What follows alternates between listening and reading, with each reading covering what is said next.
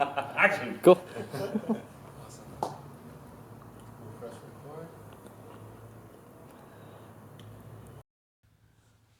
We're here in Austin, Texas at Circuit of Americas, and I'm here with two special guests. one more special than the other, maybe. Starting to my left, can you introduce yourself, give yourself a short introduction? I'm Grant with Battle Grudge. All right. And then to my right? I'm John Yim, former Formula D driver and current Corolla and Corolla owner and drifter. Awesome. So, first of all, John, thank you so much. I know we've been back and forth online for a long time about how we were going to make this happen, right? Right. Yeah. I've been listening to your podcast. How I came about it is I discovered your podcast and I started listening. I was like, oh, this is cool. And he's doing little owner things. I was like, oh, maybe I'll reach out to him, see if he's interested in getting some extra content. And so that's how we first started chatting. And we were never able to do something over the internet. Yeah. And so you had to come all the way down to Austin just to interview me. So I feel honored. Yeah, we traveled like 3 days for this. This better be good. Oh man, now you're putting me under pressure. Yeah. So, getting right into it, what years were you active in Formula D? So I was in. I only ran one event in 2004. That was actually. It was run in Houston that year. So Formula D first started with only 4 events, and there was one stop was in Houston. And I was like, to us, it was just a drift event that was coming through, just like a traveling drift event.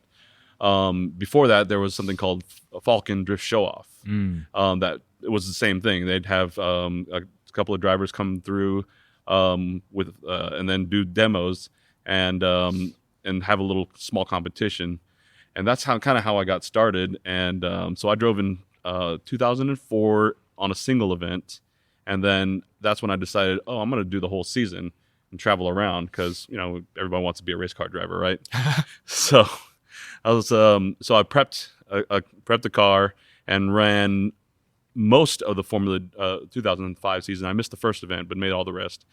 And then my son was born in 2006, and so that was when I was going to retire after the 2005 season, but it turned out that licensing first started in 2006. Oh, okay. So that's when they first implemented licensing, and to determine who would have a license, they initially just said, okay, if you scored points in the previous season, then you would have a license. Anything else, you either had to petition or just get approval from the Formula D group.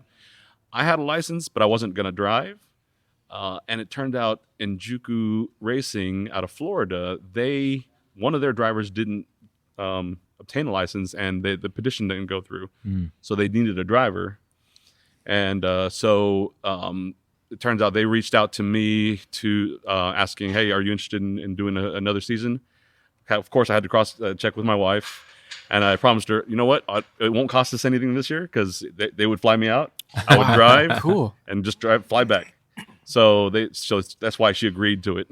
But after 2006, after my son was born, I pretty much kind of hung up the gloves and became a family man. During your FD career, what chassis did you drive? So in 2004, I had a stock 4AG. Oh my God! Can you believe that? Wow. It was a stock 4AG it was my first Corolla in a red hatchback 85. I crashed that later that year, and back then I scrapped the chassis because back then Corollas were throwaway cars. Yeah. I feel so bad about it now because it was easily fixable, but I literally got a replacement chassis for free. So I was like, I'll just scrap it and start over. And I was like, that's when I decided, well, I'll just build this one up and put in a little bit more powerful motor. With drifting, I felt that I should start kind of with a low power when I first started learning, and then just kind of add power as you kind of outgrow it. And so I was like, what's the next step up? I went with the 4AGZE, supercharged engine, but I didn't get the one out of a MR2. I went with the little higher comp version out of the AE92. Yeah. So it actually put out 185 to the wheels, bigger pulley, cams. But so that's still pretty low to Formula D standards. But back then, that was sufficient. Yeah. It was actually enough to, I won't say be competitive, because I like I said, I wasn't like top rank, but I mean I did manage to score some points. So it did me fairly well. And then the final year, obviously, since I was driving for a different team, they had me drive the Injuku car. It was a S13 with a SR, about 400 horsepower, and so I drove that one that final year. So it's different, but it was a lot of fun. I made a lot of friends, and I still chat with those guys every once in a while. So pretty much a lot of the Formula D guys who are still in it now, I mean, I still keep up with, say hi every now and then. And that's so cool. yeah, it's just really weird to see how far Formula D has come since I started, and it's crazy to see, like, Ken Gucci specifically. He was the 8.6 driver, not in Formula D, but he was into it, and he was 16 when he first started. I remember that. Do you remember? I remember that Grassroots Motorsports. I think he was on the cover, right? Yeah. And I was like, wow, this guy's my age, and look at this guy. 16 when he first started, Yeah. and he was driving in Formula D. So it's just mind blowing now. So and he just finally got his first win. That's right. Yeah. That's right. That's Oh. right. That's Yeah. I mean, it's mind blowing that he took it. If everything kind of worked out it was in last year in Texas, right? I think no, not in Texas. Where did he get it? Shoot. I'm It wasn't Irwindale, it was it? Irwindale. Yeah. That's right. It wasn't Irwindale. What am I thinking? Because last year, yeah. So, wow. Yeah. No, so I was really happy to see that. What year was it that Ueo was here? Ueo. So he never drove in. Ueo never drove in Formula D. He did the D1 demo that was in 2003, where he beat Taniguchi. Yeah. Yeah. So that one, that was a little D1 demo, and so that was in 03. Okay. So even before I think was that before? No, I was just starting drifting then. Oh wow. Yeah, but I was in motorsports since about '99, so I'm pretty old. So that's also a good segue. How did you get your start into motorsports, and then what were you doing in '99?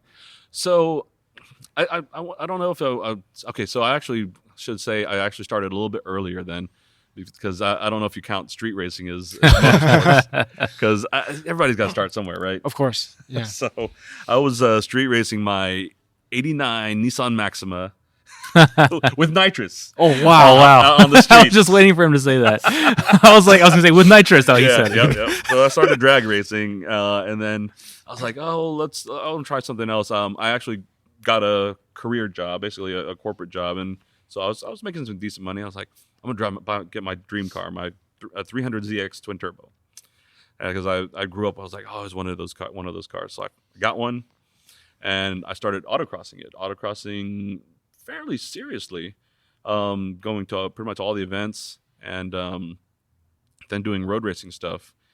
And it dawned on me that I went to a DE one day, and I was scared to drive the car. It dawned on me. I was like, I'm not. The car is built way too beyond what I can actually drive. So I ended up. I was like, I'm going to take a step back. I'm going to look for a chassis that I can start over with and learn better fundamentals, and then go from there. And that's actually how I came across a Corolla. It actually came down to either an S13 or a Corolla. And in 2002, I mentioned I was in autocross big. In that year, Taka Ono won the national championship in FSP. That's right. And That's right. Yeah, so that's kind of what I based it off. I didn't know Taka at the time. I was like, I knew that. I was like, oh, this is one of the chassis I was considering. It looks like it is pretty good. I'm gonna go get one. So started kind of shopping around, and I don't know if you guys are ready to hear this. $1,500. Nice Zenki hatchback. That was the one. That was my first Formula D car. But I bought it in Atlanta. I flew out there one way, drove it back to Houston. 10 hours, pretty easy drive. But that was my first Corolla, and I had planned on autocrossing it and drifting it. And doing DEs with it. That's actually, I started doing that, and then a friend of mine said, "Hey, this is a good drifting chassis." I was like, I knew what drifting was, but I was like, I'm not gonna do drifting. It's like, oh, come on now. There's a little cheap event, $20.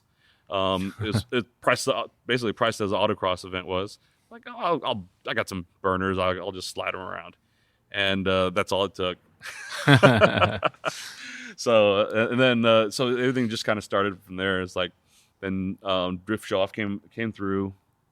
That's when I met Taka, and it's funny because I remember one of the first things he told me was, use a clutch kick. You're going to love it. He specifically, you're going to love it. I think he's since changed his advice. Well, on a low power Corolla, you have to. That's true. Right? So on a regular or stock Corolla, you kind of have to. But yeah, I know it does it's pretty rough on the T50s and the axles, but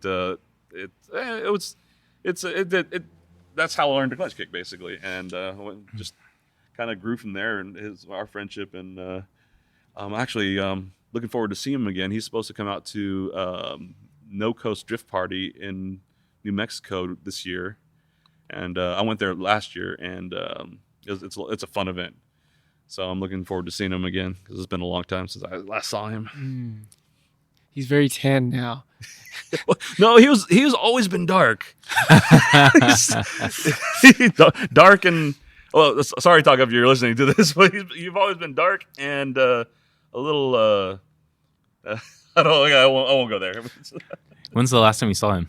Probably about 4 or 5 years ago. We actually hosted a 8-6 day here, and the organizer asked him to come out, not flew him out, but actually paid for him to come out with his car, his Formula D car, and kind of drive with us. And so that was really cool. But I didn't get to spend a lot of time with him. I was kind of busy, but yeah, it was a good time. So looking forward to seeing him again. Yeah, so he lives and does Drift School USA full time at Willow Springs now. Yeah. And back to the clutch kick story, you can tell he's like a little older and wiser now because he's like, every time the kid clutch kick, I imagine in my head the crankshaft do this. Oh, the flexing. Yeah. Yeah. You're definitely putting a lot of stress on the car with the clutch kicks, but I mean, that's just kind of to me, the clutch kick, I mean, it is doing a lot of damage, but at the same time, it's the most exciting way to enter because you're not losing any speed, and it's basically sudden. So you're going straight, and all of a sudden you snap sideways. So e-brake, you kind of ease out with a feint. It's like a big wave. I mean, that's kind of interesting, but personally, I always like the clutch kick, but he's right. I don't do it as much, especially now that I actually have a car with a decent amount of power. Yeah. So let's talk about your current car. Oh, do we have to? Because we might not want to talk about that for Corolla guys. Because it's SR. I'm sorry, guys. You know what? That I think that was a bigger deal before. Now I don't think as much. You still got purists, and I understand it. And I mean, believe me, I do like the sound of a 4AG. But my goal in picking an engine for my next engine after the GZE was something that would make about 250, 300 horsepower, low stress, so it's not like high strung, and very basic because it's still got the stock ECU. I just have a turbo upgrade and a couple of injectors, so it makes about 300 horsepower. I have a Celica Super rear end, so it'll actually handle it, and it's plenty. I'm still running on 205 tires, so Ezekiel just widened his eyes like 205. I was gonna say, horsepower. Yeah. I run 205, so So I discovered it's not actually.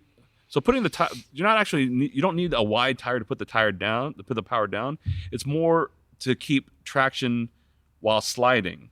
And since the car is so light, I really don't feel like I need a lot more tire width. I do use a sticky compound though. I still use Falcons, the RT615s. Yeah. Mm-hmm. So I do have that grip, but I never feel lacking on actual forward bite.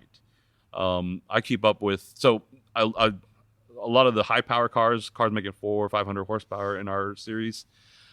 They'll beat me down the straight, but I mean I can just catch up to them as soon as we enter a corner because I can go faster. I can carry more speed since the car's chassis is so light. So it's just it's like give and take. But I enjoy it, and people still say, "Hey, why don't you get another car? It's not competitive." It's like, well, I've already gone through competition. I'm not here to be competitive. I'm here to have fun. Yeah. And so that's my purpose in building for this car in particular, because I've already gone through it, been there, done that. So, yeah. That's one other really important question I want to ask is like, why still Corolla after decades now, right? Oh, man. Everybody asks me that. It's like, why are you... you know what? I really don't know. I want to say it may be partially because it's not particularly a beautiful car, right? I mean, it's got its own beauty, but it's not technologically advanced. So, I mean, still got a solid rear axle, but there's something about it. It's light, it's nimble.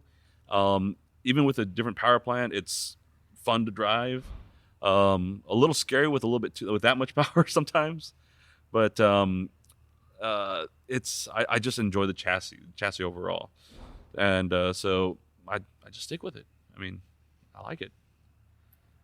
I mean, I'm sure a lot of your listeners will probably feel the same way. It's just something special about the Corolla, you know. Yeah, definitely something special that you can't really describe or put your finger on. Yeah, and people who have never driven one or never owned one, they don't understand it. Yeah. And I understand their point of view. I mean, it's also like an acquired taste. So my first time driving a Corolla, I actually didn't like it, and I was recommending my friend get something else, and he ended up going with an FC. But really? but then I bought one, and then you spend some time driving it, and you start. It's like a nuance. Like once you're driving that car at the limit and you feel it at the edge, that's when it really made sense to me. Exactly. Yeah. No, there's definitely something like, because it's so. It floats so well, I guess. I mean, you lose traction, but you don't lose confidence, I guess. Because you feel like you know what the car's going to do. I don't know. It's just one of those things. So, well, for those of you who are still hating on the SR, you should feel happy because I actually have a stock Corolla as well. So you have two Corollas. I have two Corollas. Oh my God. I'm hoarding them. Sorry. Well, hey, Josh has got two Corollas. So I guess we shouldn't mention Josh yet because we haven't talked. No, it's okay. Yeah. It's okay. Well, I mean, we're doing video. We're in front of Josh's. So Josh Iroku's car. Yeah. So, but he's got two Corollas too. So I'm not hoarding them myself. A bunch of people have got multiples. But mine's a Grant's got two also. So I have three actually. The wagon. Oh jeez. AE86 Corolla. Oh, okay. If we're counting wagon, I actually have two. Okay. Because I have a TE72. Yeah. Right. See, I always wanted a TE as well because I mean, why not? Because a lot of stuff just switches right over. Yeah. So, but I just never. My wife would kill me if I get another car. Because I actually had a 350Z last year for a little while too, that we drove because. Down here in Texas, we have two series, actually, what was called formerly the Pro-Am series, which is pretty much unlimited. You can do what you want to the car, and one called the Street Legal series. And I bought a Z to run the Street Legal series, and while I drove the Corolla and the Pro-Am, man, supporting two cars is expensive. I bet. Yeah. So, yeah, so I sold the Z, and I'm sticking with the Corolla. Everybody said, sell the Corolla. I was like, can't do it. I'm a Corolla guy, and once it's in you, you just can't let it go. So, but that one I call that one my preservation car because I bought it off Bring a Trailer, and it needed some work. I'm trying to slowly kind of convert it back to stock. It had some horrendous racing seats in it and some NRG, or I mean, not to say NRG is bad, but their old NRG stuff that was kind of janky. The newer stuff is not a lot better. How long ago was this auction? 2017. So I've had Couple years. 3 years. Okay. Now. So it was like kind of a maroon and black Panda. It's probably I think I remember that one. Yeah, I think it's still out because there. I feel like I've seen all the ones on Bring a Trailer. I'm always seeing what Corollas are going for these days. Well, yeah, I know. Maybe one of these days it might show up again, considering all the prices. Because holy cow, $20K plus, I think, on a lot of them now. Yeah. But yeah, I didn't. Well, maybe the problem is people know what I paid for it now, so It doesn't matter. it's true. It's what the market will bear now. Exactly. You know? I think what's interesting for me is that you knew what they were like at $1,500, and then Still willing to buy at we're at like I think it's keep going up. It's not like you bought at a high point too. So I when I bought the red one, I thought it was, to me, I thought it was a little. I wouldn't say. I thought it was fair. The paint work that was done on it and the restoration work was good, but it wasn't like top notch, super top notch. So for the money I paid, I thought it was fair. And so people are just like, you spent what on a Corolla, on an '85 Corolla? And they just don't understand. So because you know the pain that goes through to bring a car up to that point, right? And the time invested, right? Exactly. I mean, this car is really, really clean, surprisingly, and oddly enough, it's an OEM non-AC car. So it's really weird. This is one of the weirdest things I've seen it, because I've had 4 different Corollas, and this one has the temperature little bar that goes across. It actually stops right in the middle and won't let you go to full cool. weird. Does it show a blue for the cold or? No, so it has econ and AC. Yeah. Those buttons there's nothing there, and there's like a block off plate. So it's very, very strange. I've never seen it, but it came from the Pacific Northwest, so I can understand why they wouldn't really need AC, because so no condenser, nothing. So it's like there's a lot of stuff missing, but I guess you don't really need it for with that AC. I live in Houston, so I thought about putting AC back into it, but I was like, I'm just going to keep it as is. So I'm slowly, it's getting restored back to. I mean, heck, I want to even put a stock airbox and a snorkel back into it if I can. Yeah. Make it look all OEM if I can. It's funny, parts like that people used to like immediately throw away. Now it's gold, right? I know, exactly. Like the metal bracket that holds up that snorkel, or like the battery hold down. All those parts are like gold right now. I know. Jeez. Whereas It's before crazy. it was like, what? I don't like, need throw this. stuff away. You know what's funny is looking back on it, I remember there's a 4-member old school toy, Dan. Yeah. Oh yeah. Yeah, I remember like 10 years ago, maybe not that long, maybe 8 years ago, he was talking about like, the prices are gonna go up like crazy. You guys don't believe it, but it's gonna happen. I've gone through this with Mustangs or the cars he was into back then. Yeah. And and at the time I was like, I think he might be right. And then now it's like, okay, yeah, he totally nailed it. Absolutely right. Yeah. And I think it's an interesting time, because I mean, you see a lot of people talking about, this is crazy. Why are people asking so much for these cars? But they don't understand. It is a collector's car now. In fact, I'm kind of disappointed that Haggerty hasn't actually updated their little lookup with especially all the like actual verified sales for the certain amount that they haven't actually. They don't even have the Corolla in their registry. So I'm actually, oddly enough, I'm insured that car through Haggerty for a stated value. So maybe I might have to talk to them and say, hey, can maybe petition to get it added or something. Who knows? Yeah, it's true, because every time there's a wreck, someone's like fighting, right? Yeah, exactly. Yeah, it's like they don't understand. It's like people don't understand.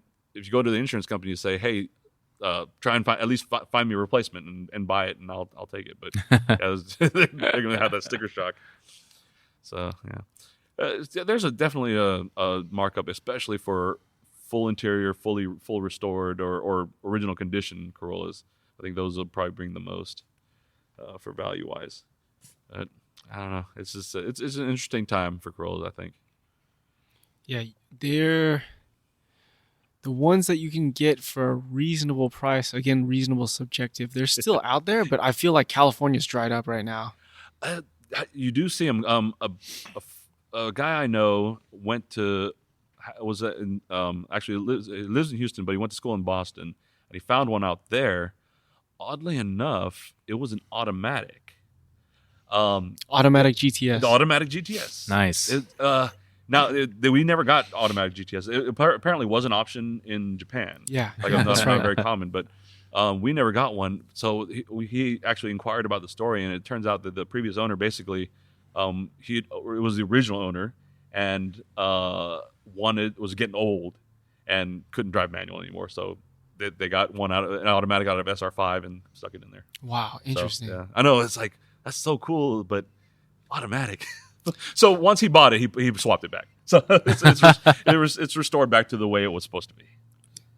But that's cool to hear like all these little nuanced owner stories, like yours, like having factory non-AC and the buttons are different, or like somebody went and actually swapped in the auto into their USDM GTS. Why would you do that? But yeah, I know it was very, very strange. Oh, and another quirk about all the Corollas that I've owned, none of them have had sunroofs, and apparently that was a most common option, right? But I've had 4, none of them have had sunroofs. That's amazing. Does your hatch have a sunroof? Yeah. Does your coupe have a sunroof? No. I never look up in your coupe, but and then I don't see your hatch very much. So yeah. But my hatch also has a sunroof. So most of the cars that I've seen have sunroofs. So Yeah. I don't know if it's just, I don't know. It's very strange. You know, it's funny though, because you know how we're talking about like cars that are restored or original, they've got that certain value, right? That cachet, right? Yeah. I never wanted a sunroof, but my hatchback is pretty nice. It's like unmolested on the inside and stuff like that. And I actually really appreciated the sunroof. Like it's a really unique kind of sunroof. Yeah. I don't know how to explain it, but it like really adds to the feeling of driving this 80s car, like, you know, like and I've got like a little equalizer and stuff like that. So I'm really appreciating it now that I've gotten a little bit more, that's something I'm actually looking for. I'm actually looking for an OEM radio. Oh, there you go. One in. Yeah. That's it's like one of those things. Like, why do you want this old stuff? It's like, just trying to restore it back to the way it was. Yeah. That's actually really big in the Bay Area right now. Really? For Corolla guys, is to put in a preferably the factory radio with the cassette player, but any cassette player period. And like these guys will come to the meets with like binders full of cassette tapes, and like that's like that's like the hot thing right now. Yeah. Man, because it's so retro. I can see it, but in fact, I might have some. I'm old enough to actually have own cassettes from the beginning, so I think I have some sitting around somewhere. Yeah. Jeez.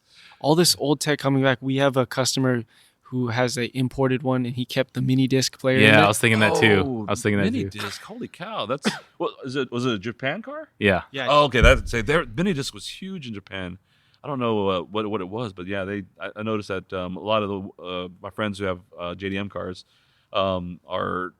they all came with mini discs. Yeah, I think Phil's car. Phil is then Phil says on Instagram, I think when his car first came to the States, it's also flip up screen plus mini disc with the mini disc changer. With the motorized that slides out and pops up. Yeah.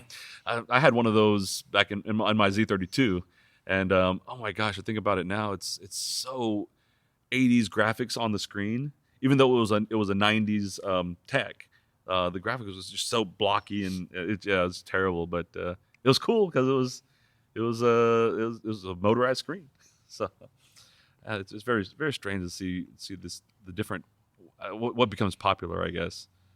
Yeah, but I was listening to some of your podcasts. It sounds like right-hand drive cars are not very big in California. You don't see too many of them come by. Maybe I haven't stated it enough on the podcast, but our typical Corolla meets are every first Friday of the month. And it's not unusual to see like 5 right-hand drive cars out there. Oh, okay. Maybe I was with some of the older ones. I do have some episodes to catch up on. So. Oh, okay. No worries. But I feel like this is a pretty recent thing though, because back when I was going a lot more often, like a right-hand drive car was really rare. You're right. So because the podcast has been a little more than over a year now. Huh? Yeah, a little more than a year. So maybe when I was first starting, it was just like US Corollas that came out. But I think Grant's right. It was now just recently where you'll see like Saphiros and Skylines and I and think real deal Levins out Right. there now, right? But I think we see a skewed amount of right-hand drive cars at the shop because Ezekiel's being known as the guy that will touch right-hand drive 86. because people won't touch them. Yeah, yeah. Well, that's a problem too right now. Is no one wants to take on these cars. Yep, getting service. In fact, I was just having a conversation earlier with someone. It's like, what kind of car should I want to buy a JDM car. What kind of car should I buy? I was like, well, it depends on your mechanical abilities and how long if it's going to be your daily, I wouldn't, because waiting for parts, trying to find parts on it, get something either that's equivalent that they have here or something that's that you can get parts pretty easily for. It's like surprisingly Skylines, GTSs and even GTRs. People stock parts here. Well, But some of the other more unknown is. I think a lot of that stuff, like 300ZX, USDM 300ZX stuff. That's just pretty much the same. Yeah. Yeah. Oh, yeah. Absolutely. Some part of me sometimes wants to get another Z32, but I hated working on it. I think that's every ownership story. The Z32. I was really good at it because pretty much anything you had to do, you had to pull the engine out. Oh my God. Well, not everything, but I'm exaggerating. But I could do it really quick. I got because I had to do it like 2 or 3 times one year just because things kept on breaking, turbos, rebuild the engine, all that stuff. So.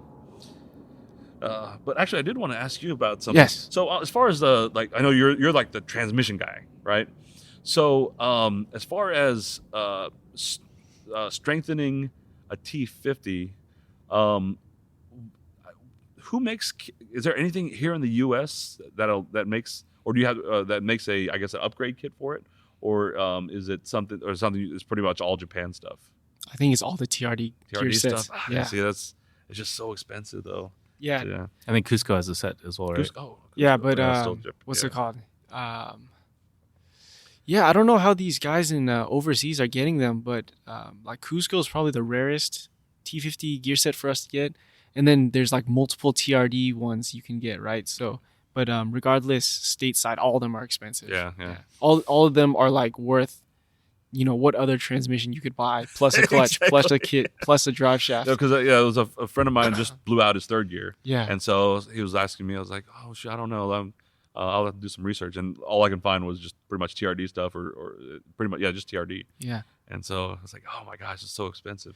Yeah, all my drift customers, hands down, I say you need to skip straight to W Series. Don't even bother wasting your money on a T50. I told him just to go to W Series or something. And I think that's what well, no, I take it back. He found a T50. So he just put that in. But apparently they're all pretty old now, though. So it's just a matter of time before that one goes. Yeah, exactly. I mean, every used one is still 30, 40 years old.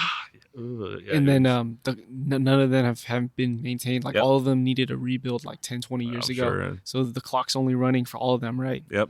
It's just a matter of time. Fortunately, my red car is actually not too bad. It actually only has, age-wise, it is like 30, 35 or so years old, but it only has 160,000 miles on it. So I'm assuming that actual miles will probably affect it quite a bit too. Yeah. Rather than, not just age. So, the secret though, if you want to get a used one, you find one from an SR5. Oh, because they didn't have the power to stress it too much. Yeah, because what's it called? Grandpa probably bought the SR5, whereas the GTS one has been through a couple kids already. That's true. That's a good call. Yeah. Even better is an automatic. Yeah, I'll do that. Swap an automatic. What do I do with this extra pedal? It becomes an extra dead pedal. So, how is the Texas Corolla scene like? It's good. The only problem is we're all spread out all over the place. Texas is pretty big. So Dallas, Houston, and Austin make this little triangle. And San Antonio. Sorry, San Antonio. There's just like a little triangle, and there's not a good place to do a meet. Occasionally, like on 8-6 day, we'll get together with the local guys, but making a Texas wide meet is a little difficult. So it's. I mean, rightfully so. Like Texas is one of the biggest states in the U.S., right? So yeah, And I mean, the last one it was like kind of an the last 860 day I went to was an impromptu meet, and it was done. I think 5 or 6 of us came out, so it wasn't a lot. But well, we got together and chit chatted for a bit, and went our ways. But it's good to see everyone. Most of the time when we get together, it's I usually see people mostly at a actual drift event. Oh, okay. Because that's when I'll those are what I go to the most. I'm not a big meat person. I've been to a couple, and it's okay, but it's just not my thing. I'd rather drive. That's all. Yeah, the meets are a little bit different in NorCal. I think because majority of us are like friends in real life. So a lot of times the meets are just the one day of the month to get together, whereas you may not, regularly get together. It just so happens that we have this Corolla hobby. Correct. I gotta get you. And yeah, I do have a couple of friends who, we chit chat and every once in a while. But even then, everybody's all the guys I know are older, and so they got they got families. They've got their own lives, jobs, and stuff like that. So it's hard to get together. There are some other meets that are hosted, and I think some of the younger guys go out too. But just not my scene. It's you ever watch? I don't know if you ever heard that skit from Chris Rock. It's being the old guy in the club. I don't want to be the old guy at the meet. trying to relive my dreams. You'd be surprised. The oldest guys at the NorCal meets are probably the coolest ones. Yeah. We have a couple guys that have been doing it since like the 70s. So wow. Yeah, that's some dedication. Yeah. Well, that might be me one day. Who knows? Yeah. When I would get too old to drive, roll into the car with the cage in it. It was like, don't laugh, because there are some days where my back hurts and I'm like, I can't get into this car. In fact, I had to miss an event because I hurt my back. I just couldn't make the drive. So yeah, getting old sucks. Enjoy your youth. Is your car here today? It is. It's up on the top of the hill and still inside the trailer. Okay, but are you driving it tomorrow? Oh yeah, I'll have. Okay, we're gonna come by tomorrow too. Yeah. I'm so glad you drove your car here, because when I saw those 2 Corvettes out there, I was like, oh man, he didn't bring his Corolla. No, my trip. Mine's the white trailer with a golf cart in front of it. So. Okay. Yeah, no. I wouldn't come out. I wouldn't come out here unless I was driving. I love driving. That's all I do. So, yeah, I think I'm pretty much the only Corolla that comes out consistently to the Lone Star events, because it's kind of hard. A lot of the other guys are like, they're, as I mentioned before, 400 or 500 horsepower. I'd say average. Some guys have Formula D aspirations, so they're making 700-800 horsepower, and we still drive with them. It's interesting, but it's fun. And yeah. Grant, do you have any questions for John? Just because you have a lot more history in drifting, whereas I have no history in drifting. So that's why I'm asking you. Is there anything you want to know more? Ask from John, since you guys shared. Well, I did have some questions. Time frame wise, were you driving with Taka and Al Ligura and Al Ligura, holy cow, and Max Perez?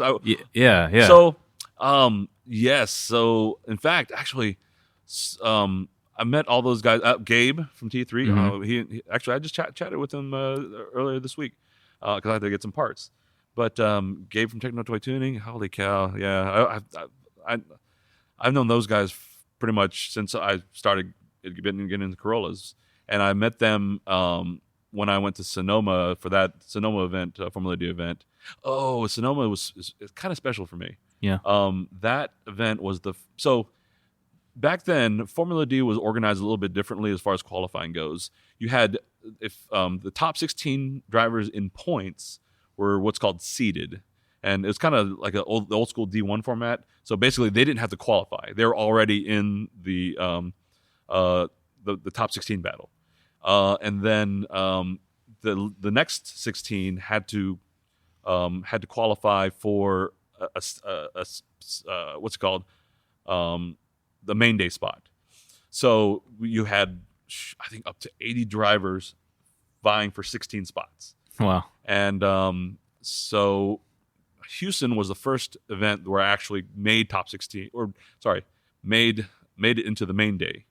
So I qualified 16th out of 16, and so I got to go into do single run qualifying, and then all that stuff. But Sonoma, that event, oh my gosh, it was. I qualified first out of the non-seated drivers, so technically I was 17th out of all the drivers.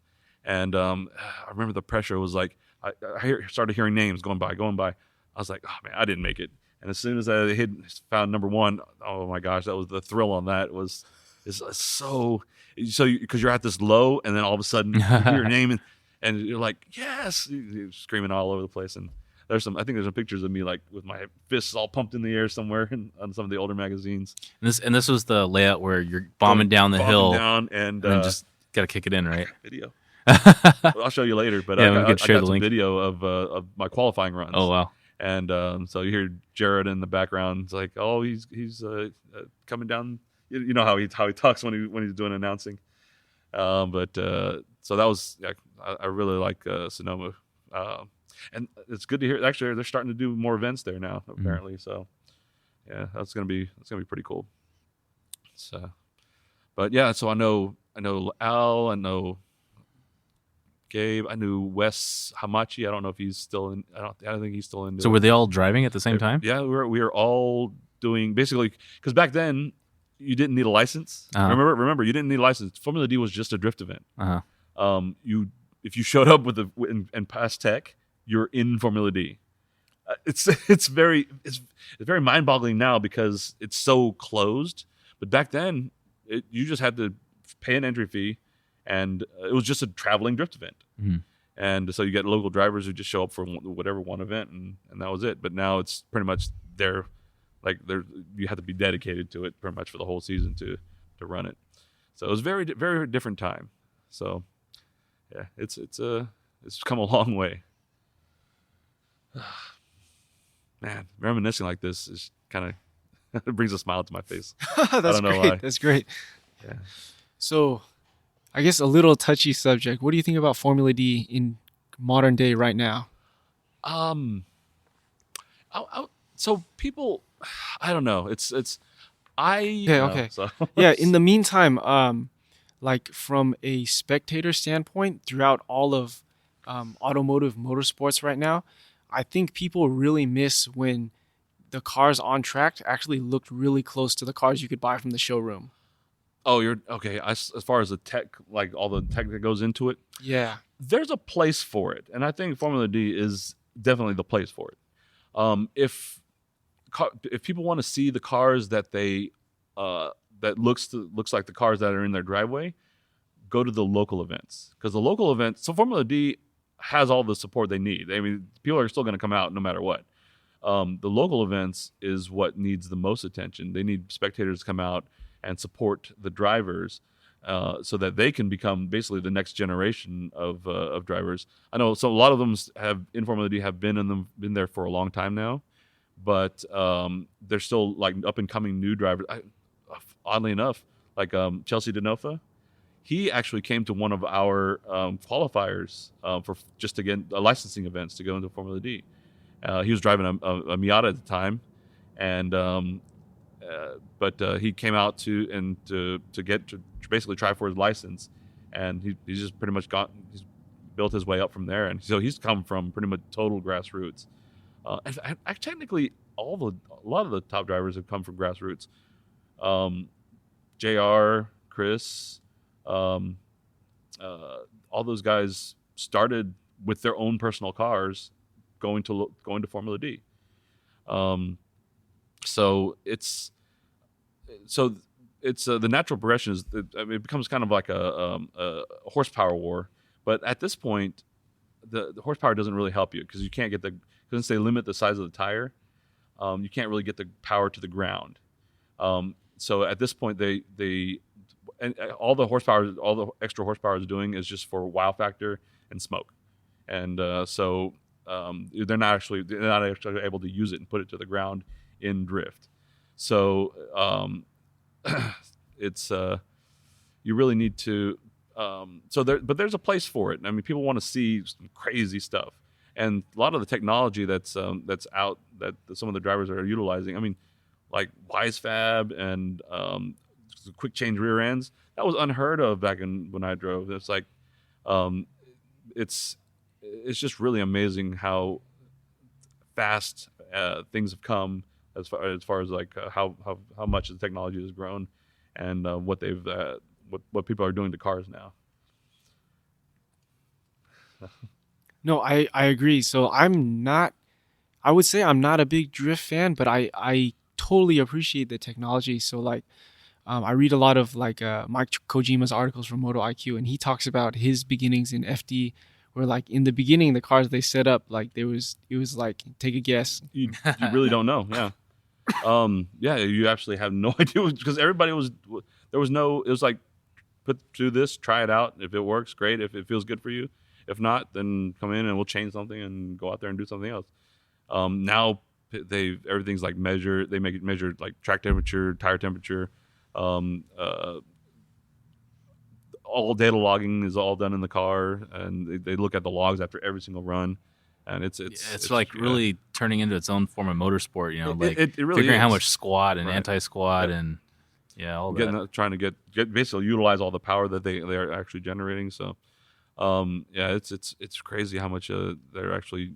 But oddly enough, it's still one of the cheapest forms of motorsports at the top level that's out there. I mean, it may not sound like it, but it is compared to like Formula One, like Formula One, NASCAR. Okay. All the way as far, because Formula D, arguably is the top level of drifting in the world, I would say, as far as the series goes. So compared to other motorsport disciplines, series wise, it's pretty cheap. I'm not saying it is cheap, but just comparatively. So yeah, it just really depends on how you want to look at it. And so but it's still, it's still kind of out of the reach for most people, just because the amount of money you have to spend. I was a privateer. Everything was out of pocket, but I spent $15,000 for a season. Yeah, And that's like not even an event. That's not even an event for some of these guys now. So it just went really crazy within last 15 years basically. So yeah, but I don't know where can it go from here. Yeah. Who knows? One of the things you talked about earlier that you said can help progress the sport is supporting the grassroots movement. So what are some ways we can do that? Basically come out to the event. Really, as a spectator, just being there. The drivers really appreciate it, because drivers enjoy driving for the sake of driving, but it's a lot more fun to see a lot of people out there and a lot of times, I mean, talk to the as long as the organization allows it. A lot of them will be happy to give you rides, get ride-alongs. Pick your because there's the ongoing series. Pick your favorite driver locally and cheer them on. Yeah, I was gonna say I saw on your Instagram today that you're doing ride-alongs tomorrow. Yep. Yeah, so which I would never think. Like, wow, you can do that. So this particular event is a little bit different because it's in conjunction with the Super Lap Battle event. But so we're actually charging for ride-alongs. But most of the times at our local events, just hop, as long as you have a helmet, and hop in the car and we'll take you out. So it's a lot of fun, and a lot of local events will let you do that. It's just a matter of just kind of start talking to drivers, get to know them, and yeah, they'll be happy to take you along. Awesome. What other ways can we support the grassroots movement? Because I'll tell you, one of my favorite things about seeing grassroots drifting is the variety of cars that are out there. Oh yeah, so that's definitely something interesting that's very unique to the U.S. because we have uniquely American cars. So you see a lot more. I won't say a lot more, but you see pretty much Mustangs, Camaros, Corvettes that are coming out that they actually, with the right mods, they do really well. I was talking to our local organizer, Aaron Losi, who runs Lone Star Drift, and he has 2 Corvettes now, and he swears up and down it's just like an S chassis, which he has driven many of, and it's just pretty much it's low. It's not high strung because pretty much you're running a stock engine. Already has 400 horsepower. You just need some angle and a handbrake, and throw tires at it, and you can drive all day because you're not really stressing the car that much. In fact, the winner of our street legal series, it was a Corvette. So, and he has very minimal mods. It drives really well. Mm. And I think that's important too, to have chassis like that where it's like low cost of entry. Right. I'm thinking you can Corvettes, you can get probably about $10,000 to $15,000 for. Yeah, and then like a little bit of mods, right? Yeah. It's not like you're trying to. You don't really, you don't need power. Mm-hmm. You don't need a ton of power. I mean, you can, if you wanted to, add a couple of little power outers here and there. But isn't it wild though that like S14s can still be competitive? I think, right? With the V8 swap. Yeah. Right. Right. Yeah. Right. So it's not necessarily. So the chassis is still good, and you can still get a lot out of it, but it's hard. But you still have to do a lot of work, right? To why not just get something that's already has an LS in it? Because everybody's putting in an LS and stuff. So why not just start with an LS chassis? The car was meant to have it, and I don't know. Some people might think it's blasphemous to have American cars in drifting, but yeah, it's whatever you have. Actually, another really popular chassis is the BMWs. Oh yeah, the E36, E46s. Those are dirt cheap. Under $2,000 you can, because once they reach a certain amount of miles, they're pretty much disposable to the previous owner. They don't want them because they become quote unquote unreliable. But they're not really. There's nothing really special to them. They are a little expensive to replace, or to like maintain and fix. But rip all that stuff off if you make it a race car, and it doesn't really need that much. And they're built really well. So yeah, I was gonna say by far when I see Sonoma Drift Days, those are the 2 most common chassis I see is E36 and then also like any like American cars. So like Fox body Mustangs. Yeah, like any of those, like I'm sorry to say, like what you would find in the pick and pull, right? Now I'm not sure how competitive those chassis are, but yeah, but sometimes they're just out there to have fun, right? Yeah. So it's if they're looking to be competitive, then they might want to pick a different chassis. But if they just want to go out and drift, whatever, as long as it's rear-wheel drive, go for it. I mean, heck, even Subarus just take out the front axle shafts and send it. Kuma Kubo style back in the day. So yeah, it's a lot of fun. As far as chassis go, I'm not really biased as what everybody what I feel like everybody should have. It's just whatever you feel you can afford to drift. Speaking of affording, actually another big thing is for a reason of not upgrading chassis or changing chassis is 15-inch tires are cheap. Oh, hell yeah. So I thought I should mention that too.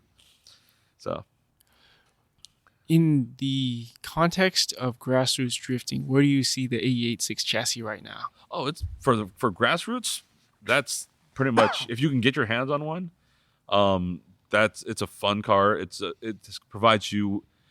It's very similar to I guess a Miata, but it teaches you to use the speed that you have and don't waste it, I guess. To basically maintain your speeds, and because if you slow down or you take the wrong line, then you're done. So pretty much you have to get the line down perfect, and you have to keep your foot down, and that's good. Basically, teaches you better basic fundamentals. Doesn't that sound about right? Get the line down perfect and put your foot down. That definitely doesn't that ring a bell for all of us. That's a Corolla. That's a stock Corolla, so 4AG Corolla. But yeah. So because when you add power, you can cover up your mistakes. Yeah. Very easily. So in fact, even I've noticed I've become sloppier driving with the SR because I can just power out of a mistake. So. Whenever I drive like friends' cars who are less, I feel like I I have to pay attention more and really drive in order to make the course, complete the course. So yeah. Also, these cars transition very quickly, very fast, and that's something I had to get used to because I came from like a longer wheelbase. Yeah, you right? have to be fast on your Remember the steering. first time I tried to manju in these cars, I spun out like three out of three times, right? Oh yeah, I'm sure you've seen that video with Ueo. Ueo when he's doing the manji down the straight. Oh yeah, it's nuts. Right along the wall. Yeah, you see how fast his steering's movement is. Yeah. And so an interesting thing I've noticed about Corolla drivers in car video when I watch them versus any other chassis, they are working. You have to work to drive a Corolla. Guys in S chassis, just like let go of the wheel. Pretty much the car almost drives itself. 350Z. In fact, my 350Z, you just let go of the wheel and it almost it'll almost manji itself. Really. But with the Corolla, you have to counter steer and throw the wheel, catch it at the right spot, throw the wheel the other way and catch it at the right spot. And I think that's another really good feeling, I guess, because you're really working to get it to. And when you complete it and get a good run in, it makes you feel really good.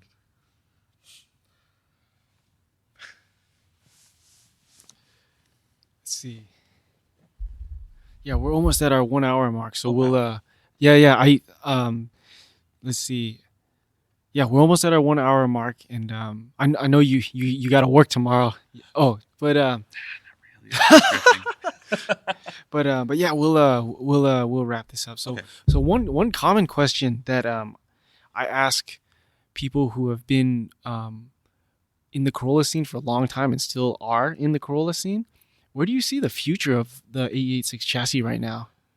Oh, or I should say the future for the AE86 chassis. Actually, I was just thinking about this a couple of days ago. It's because as it becomes more valuable as a chassis or as just the car in general, honestly, I think there's going to be fewer and fewer people actually drifting it. Drifting is hard on a car, and it just wears everything out. I'm not sure if people, if they buy a car it's depending on how much they spend on it. If they buy a car for that reason, I'm not sure if they're going to want to, I guess, put that much abuse through the car. So I think we're going to see probably fewer and fewer. In fact, I see it now. It's fewer and fewer Corollas coming out to drift. They're either just regular street vehicles or weekend vehicles, or in my case, pretty much special occasion vehicles. Last year I think I only brought my other car out 3 or 4 times through the whole year. I mean, I put in my entire ownership less than 1,000 miles on it. And I'm afraid to drive it. I'm literally afraid to drive it because I'm afraid something's going to happen to it. And I have a feeling that people who are buying the Corolla now, or even have them now, probably have a lot of that same anxiety. Is like, what's going to happen? Is this person going to run a red light and total my car? I'm not going to be able to get another one. Yeah. So I think slowly you're just going to see fewer and fewer of them, and it's kind of sad considering how many there were. I mean, I'm not sure if you've seen that YouTube video where they actually estimated the worldwide number of Corollas. So it was like anywhere from 350 to 400,000, like that. But they were made to be disposable cars, right? Because they're economy cars, and especially in the U.S., it was at a time where you didn't have it wasn't a Toyota wasn't super big, and so we didn't get a lot of them. We still got a decent amount, but nowhere compared to what they had in Japan, right? So yeah, sadly we're going to see fewer and fewer coming out to events. You're only going to come out. We're going to become the guys with jean shorts and New Balances. Oh my god! Coming out to the car shows every once a month to show them off, and then they go tucked away back in the garage. That's just my feeling on it. Yeah, maybe something to inspire a little more confidence in you. So I see a lot of Corollas in the Bay Area. So I see a wide spectrum of owners. And one thing that brings me a lot of confidence, and I'm sure will bring for you, is that the newest generations, so I'm talking like 20 years old and younger, who have these cars, it's like big resurgence in like Corolla culture where they both want to make it a resto mod, but they both really want to do drift events and drive the car too. Well, that's good. I mean, the car should be driven. I mean, I say that because with my red car, like my other car, just sitting away. But I drive the. You'll tomorrow you'll come out and see. I drive the hell out of my drift car. So I'm pretty much full spectrum, but it's good because nothing pains me more than seeing, like especially like exotic cars, just being put away.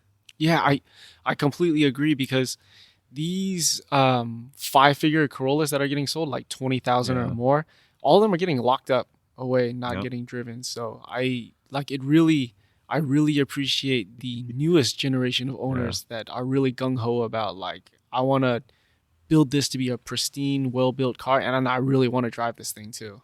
Yeah, the only problem I see in that is that it because if you're driving it, you're putting wear on it, I guess. So it's gonna have to be, so it can't be pristine. So it's like how far do you want it to be mainly a nice car, or do you want it to be a track car? I think when you're young, you think I can do it all. all. Yeah. That's true, and they should have that dream. But then reality will hit in. Who knows? I don't know. Another thing too that you mentioned about scared to drive because you don't know what's going to happen to the car. I didn't really have that fear until my first big wreck. So I put the car into the wall twice at Laguna Seca. Ooh. So before that, I had like no fear. Like I'm just gonna go do track days in the Corolla, right? But until I actually wrecked the car, now that fear is instilled in me. So here's an interesting thing: I'm ready to ride off my drift car in an instant and not feel bad about it. Me too. Because it was meant to be driven hard. That's that car. I don't say I don't care about because I really like it. But if something happens to it, or if I hit a wall with it, understandable. I'm ready to write it off. It's my red car that I really want that I'm all paranoid about. So it's very. I don't know. I'm just a weird guy like that. I guess Grant is in a similar situation, right? Well, I mean, because my car was really, really, really rough when I got it, and so I feel like I kind of saved it because it should have been, probably would have been crushed, right? Put a lot of money into it, time, just restoring it. I mean, it's functional now, but the car was really rough. Getting it up to functional took a lot. Yeah, right? yeah. I spent a lot of time working on that car to sort it out. Wow. No, so you're just trying to. You don't want anything to happen to it now that you've gone this far. No, what I'm saying is that car almost had like a second life, right? It was never like, at least as far as I've had the car, and for probably long before that, it was not a nice car. It was a rough car, right? So I think if it's out at events like like where people are seeing the car being driven hard, and if something happens, then at least it had its day. But I also have a nice car, like your Hatch that I'm very fearful of driving. Something's gonna happen. Yeah, it's funny because your race car, like you let me cut big holes in, but in his in the pristine car, right? I suggest minor mods, and he's no, this thing's perfect, man. I don't want to do that thing you're suggesting. You know what? We could probably Grant, you and I were gonna have to talk about that because we're probably just feel the same way. Yeah. It's like I every time I was like, I feel like I want to do something to the red car. I was like, no, it's not true to what it should be, I guess, and it'll make it too. I guess too much. But likewise, race car our nice cars came after our first cars, right? Yes. So this is our total nice mentality car, shift, right? I bought it specifically to preserve. I call it. I mentioned I call it my preservation car, and it's because you see so many of these cars out there that are ragged out and everything. It's like, oh, okay. And in fact, I've ragged out so many. I feel bad. I don't. So I was like, I'll buy one to preserve. So that I could say, all right, I kept this one stock. So, yeah, whenever I get the feeling to mod something, I go, no, not going to do it. One day I'll get up to that point. I'm still, my personal Corolla is still double duty, so, yeah. Oh, just pick up another one. They're cheap. No. Oh, yeah, yes. Of course they're cheap. California does have a high... I guess ratio of Corollas compared to the rest of the country, though that should be noted probably because I mean it's that's where Toyota first got their start. But now we got Toyota in Dallas, baby. Oh no. Oh my God. Headquarters. You know what's funny? Because the shop is like literally walking distance from Tesla, where Toyota used to be. Oh, really? Yeah. Now it's just that blank space. Oh, I'm sure they still got operations there. It's just not the quote unquote headquarters. Yeah. yeah. We're taking all your stuff. Well, yeah, John, we'll close the podcast there. Yeah. I wanted to thank you so much again for. I'm happy to be here. Yeah. I'm glad you guys made the trip. And man, it's been a little while since we tried to get this going, but I'm happy that you guys made it, and I look forward to chatting with you in the future. Yeah, likewise. I definitely let's make this opportunity happen again where we can podcast in person, and then thank you also to Grant from Battle Garage for joining us also. No, thank you guys both for having me on this. Yeah. So, of course, at the end of every podcast, is there any shout outs you would like to give out? Of course, like our series Lone Star Drift. I do have I wouldn't call them sponsors. So I don't have sponsors, but I have friends who own shops that I support on my car. So there's, of course, Techno Toy Tuning. Gabe, what's up? Ken over at Njuku Racing. Njuku Racing is a big helper of mine.